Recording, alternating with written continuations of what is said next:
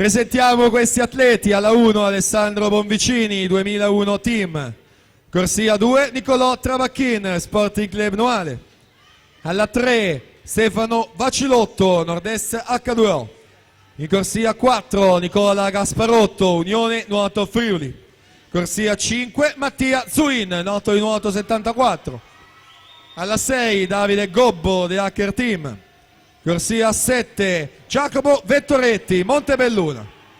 Corsia 8 Nicolas Marcon, Montebelluna.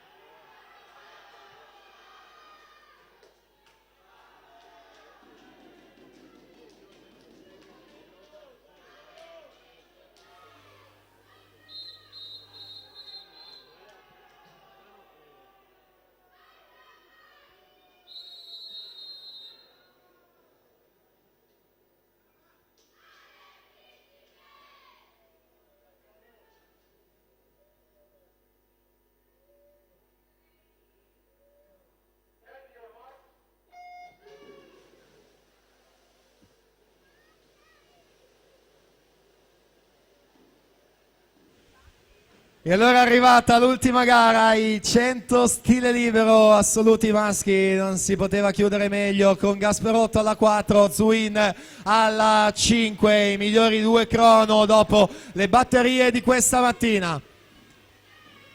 Gasparotto 24 e 22, Zuin 24 e 35, Gobbo 24 e 45.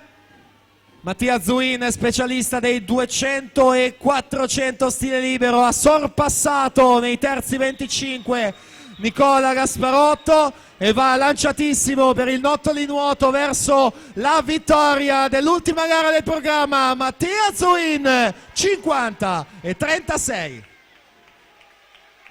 Nicola Gasparotto 50 e 89. Davide Gobbo terza posizione 51 e 26 e sono già confermati anche i risultati di questa ultima finale.